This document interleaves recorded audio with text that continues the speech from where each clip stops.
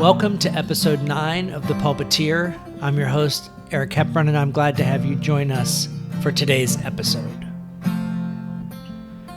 Today's podcast is entitled A Sermon in 5 Stories. I was called to write this after being the guest on the Rooted podcast with Pamela Benson Owens. The day after recording, when it was time to shift into sermon writing gear, I got what I call a spirit message. That spiritual guidance from the universe, from God, if you prefer, well, it doesn't exactly subscribe to normal human rules of accuracy. It's more like that sequence from The Matrix where the Oracle tells Neo that he's not the one, and then later Morpheus clarifies that the role of the Oracle isn't to tell you the quote-unquote truth. It's to tell you, quote, only what you need to hear, nothing more, end quote. He continues, quote, "You're going to learn, just as I did, that there's a difference between knowing the path and walking the path," end quote. Well, I hope that this sermon, this podcast, is, in fact, the medicine that you need to keep your feet on the path on this beautiful and auspicious day. Let's dive in. Our first story comes to us from Eckhart Tolle in his book, A New Earth. Quote, "This is the story of a wise man who won an expensive car in a lottery.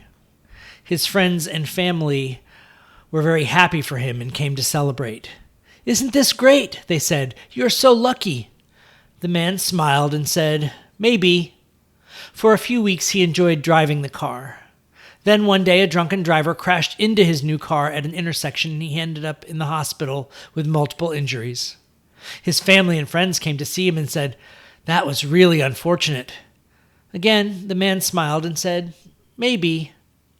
While he was still in the hospital one night, there was a landslide and his house fell into the sea. Again, his friends came the next day and said, 'Weren't you lucky to have been here in hospital?'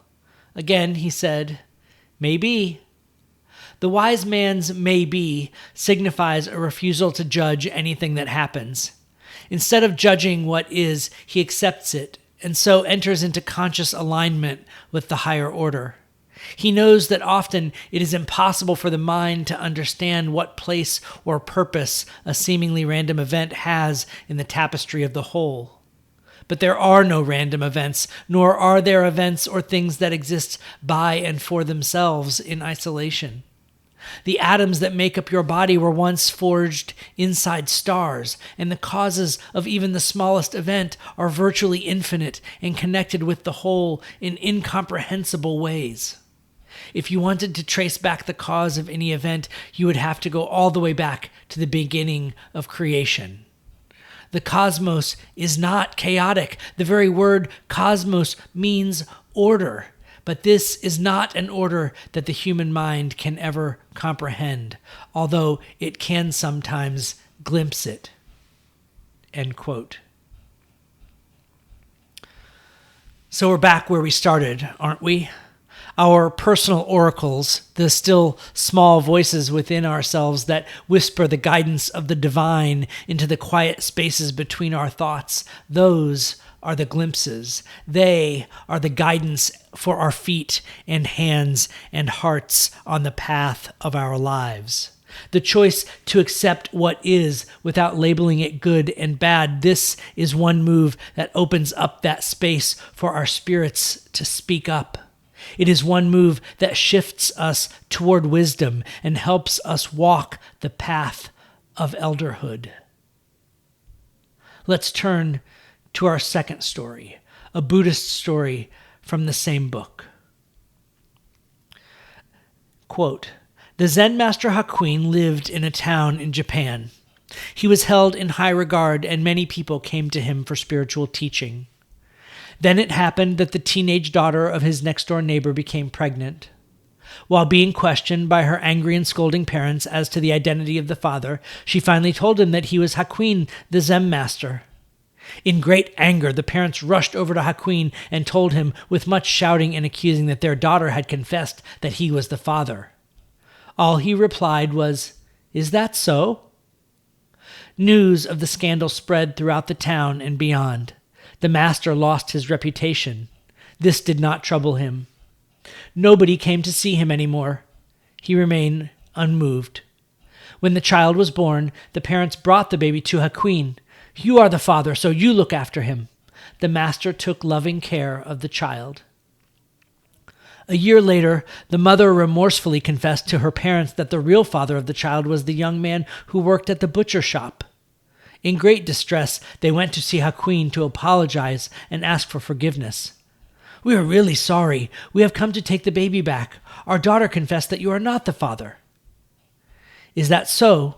Is all he would say as he handed the baby over to them. The master responds to falsehood and truth, bad news and good news in exactly the same way. Is that so? He allows the form of the moment, good or bad, to be as it is, and so does not become a participant in human drama. To him, there is only this moment, and this moment is as it is. The baby is looked after with loving care. Bad turns into good through the power of non-resistance.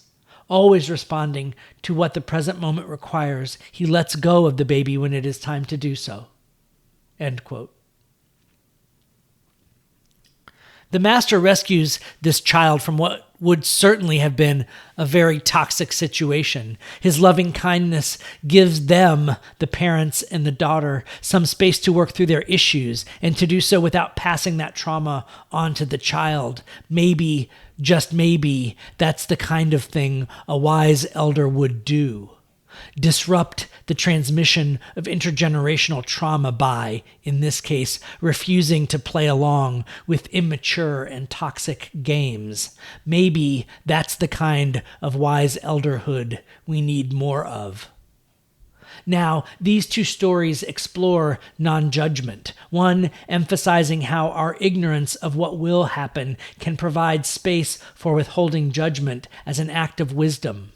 I say withholding because judgment is such a common habit among us that not doing it feels like something one could only do on purpose. What I want to center from the second story is the way that it models presence in the moment. There is no preoccupation with how did we get into this mess or with how are we going to get out of this mess. There is only responding to the moment in front of you. These people have placed this baby in my care, and this baby needs my care. This is the center. This is the present. This is my work right now. Notice also, there is no hint of this is not the appropriate work of a Zen master. When we show up in our lives and do the work in front of us, we allow preoccupations with past and future, preconceptions of who we are and why we are here. We allow all of that to fall away. This is walking the path without knowing the path. Okay. Let's turn to our third story. This one comes from Stephen Jenkinson's book, Die Wise. In his younger days, Stephen was apprenticed to Dr. Hugh Morgan Hill, stage name Brother Blue. Now, Brother Blue was a master storyteller whose life is worthy of its own sermon series and whose stories are a life's work of sermonic and theatrical and storytelling mastery. But this short story is set before a show one night on the road when Stephen was playing the band behind Brother Blue's storytelling, and I'll let it speak for itself. Quote, in the final moment before we took the stage, he took each of our hands in his and prayed hard for our ability to do something useful that night. Mid-prayer, eyes open and riveting, he told me to find one person in the third row and play to them all night. He said, if you can see what that one person has walked through from their earliest time, from all their growing up time, through everything that they wanted to believe in that didn't believe in them, through everything that couldn't last, through every heartbreak that got them to tonight, you'd fall down on your knees in awe, and there'd never be another stranger. End quote. And amen. This prayer captures the heart of showing up as human beings for and with one another. Look around you and know that this is true for every face you can see and every face beyond your sight that you cannot see. You would fall down on your knees in awe at every single life story, even your own, if you had the courage to recount it to yourself, unfiltered, unedited, as if you were a stranger to yourself. This is our third story for one simple reason. It can't happen when we sit in judgment of the story. We need the space of non-judgment from the first two stories to show up in a way that is open to the awe and the heartbreak of a fully human story. Otherwise, we lose that awe. We lose that heartbreak. We lose that deep and powerful and intimate and authentic connection that lets us know, not up here in our heads, but here in our heart and here in our gut, that we've seen and heard another human being as they are. That's where the awe can come in. I hope you can feel yourself being asked to open up as we walk this path, being asked to surrender to it. This walk is asking something of your courage, asking something of your ability to be heartbroken, and it is asking, in the words of Leonard Cohen, for you to let the light in through those cracks. Our fourth story comes from a book called The More Beautiful World Our Hearts Know Is Possible by Charles Eisenstein. It articulates what can happen when a disciplined non-judgment combines with an intentional human seeing. Quote, Cynthia Gers met Christian Bethelson while she was doing peace work in Liberia, which had suffered a horrendous civil war in the 1990s. A rebel leader known by the nom de guerre of General Leopard, Bethelson was infamous in a milieu of massacre, child soldiery, and torture. If any human being is evil, it would have been him. He was, in his words, a man with no conscience. Eventually, the war ended, and with it Bethelson's livelihood. He had no skill other than killing. He decided to go to the nearest war in Ivory Coast, where there might be demand for his gruesome services. On the way, his car got stuck in the mud. Who would have guessed that another car would be stuck in the mud on the same stretch of road at the same time? And that car would be bearing members of a peace group called Everyday Gandhis. Intrigued by their conversation, he announced himself as a former rebel general. He thought they would vilify him, maybe even beat him. But to his astonishment, the group gathered around him, hugged him, told him they loved him. He decided to join them and dedicate his life to peace. Let us hold out for no less a miracle planet-wide.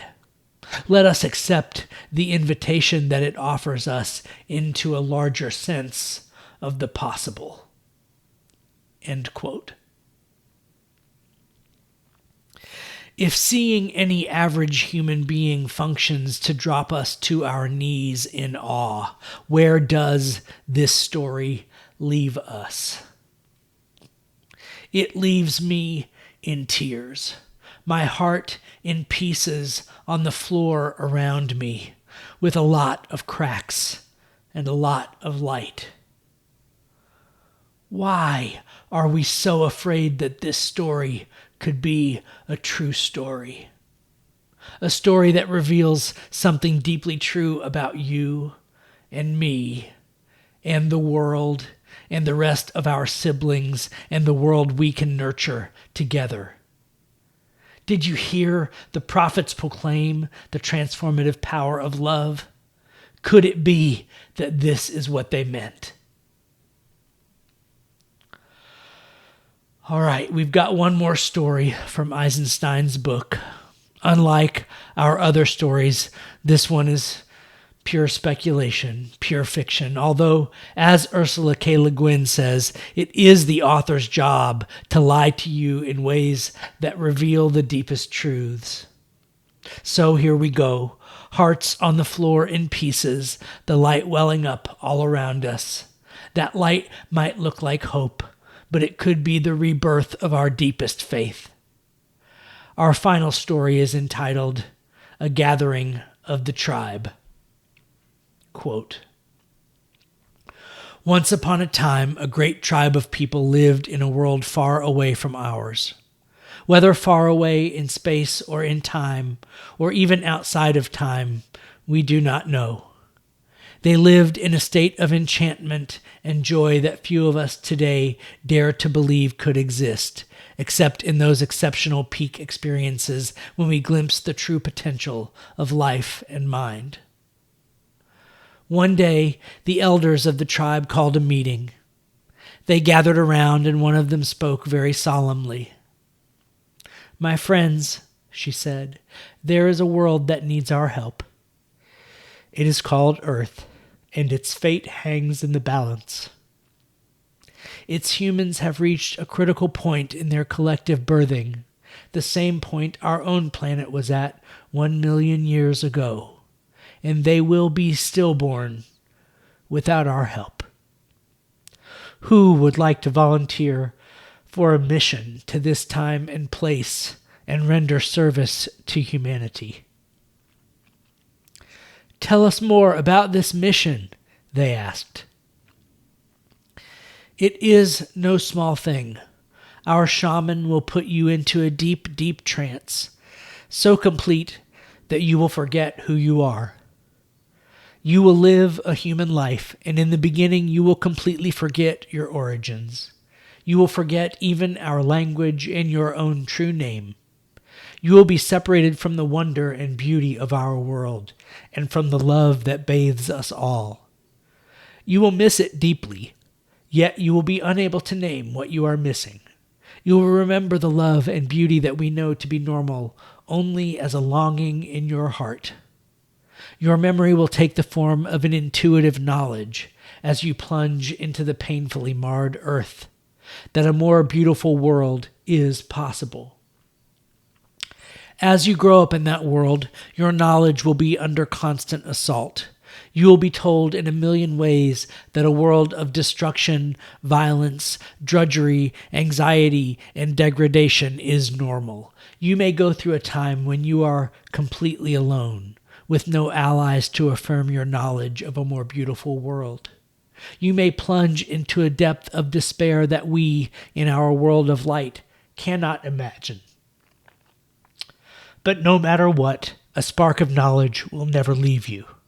A memory of your true origin will be encoded in your DNA. That spark will lie within you, inextinguishable, until one day it is awakened. You see, even though you will feel for a time utterly alone, you will not be alone. We will send you assistance, help that you will experience as miraculous, experiences that you will describe as transcendent. These will fan that spark into a flame. For a few moments or hours or days, you will reawaken to the beauty and the joy that is meant to be.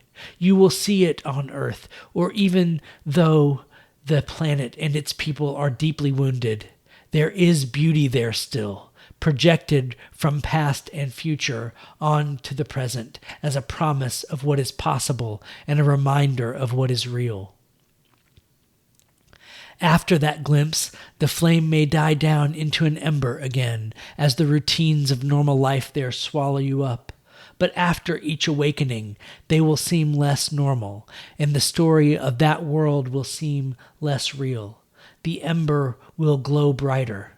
When enough embers do that, they will all burst into flame together and sustain each other.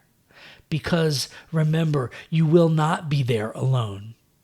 As you begin to awaken to your mission, you will meet others of our tribe. You will recognize them by your common purpose, values, and intuitions, and by the similarity of the paths you have walked. As the condition of the planet Earth reaches crisis proportions, your paths will cross more and more. The time of loneliness, the time of thinking you might be crazy, will be over. You will find the people of your tribe all over the earth and become aware of them through the long-distance communication technologies used on that planet. But the real shift, the real quickening will happen in face-to-face gatherings and in special places. When many of you gather together, you will launch a new stage on your journey, a journey that, I assure you, will end where it begins right now. Then, the mission that lay unconscious within you will flower into consciousness. Your intuitive rebellion against the world presented to you as normal will become an explicit quest to create a more beautiful one. A woman said, "Tell us more about the time of loneliness, that we might prepare for it." The elder said, "In the time of loneliness, you will always be seeking to reassure yourself that you are not crazy. You will do that by telling people all about what is wrong with the world, and you will feel a sense of betrayal when they don't listen to you. You might hunger for stories of wrongness, atrocity, and ecological destruction, all of which confirm the validity of your intuition that a more beautiful world exists. But after you have fully received the help we will send you and the quickening of your gatherings, you will no longer need to do that because you will know. Your energy will thereafter turn toward actively creating that more beautiful world." A tribeswoman asked, "How do you know this will work?